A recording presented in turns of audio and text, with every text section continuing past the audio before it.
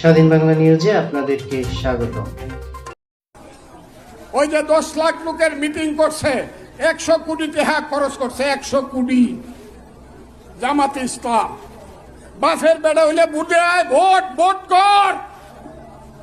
ভোটের বেলায় গলা সিধা দেশ কেন, শয়তানি করস কেন? ভোটে আয় না, বুটে না আইসাই।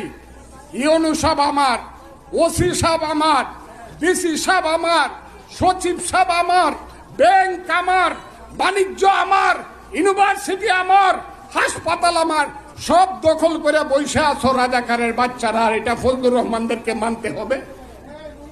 আমার দল প্রথমে আমাকে ভুল বুঝছে 6 মাস। এখন আমার দলের স্লোগান কি বলেন? জামাত শিবির রাজাকার, এই মুহূর্তে বাংলা ছাড়। জামাত শিবির রাজাকার, এই মুহূর্তে বাংলা ছাড়। বাংলা কি তোর বাপ দাদা? জামাত শিবির রাজাকার। কথাটা বুঝছেন?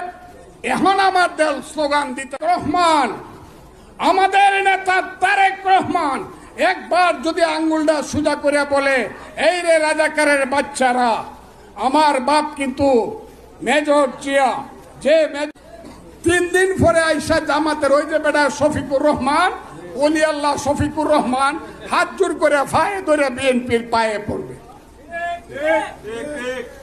এই যে এখন স্লোগান দিতেছি, তো জামাত শিবির রাজাকার। এমন আরও রাজনৈতিক আলোচনা এবং বিশ্লেষণার ভিডিও পেতে আমাদের চ্যানেলটি অবশ্যই সাবস্ক্রাইব করবেন। সকলকে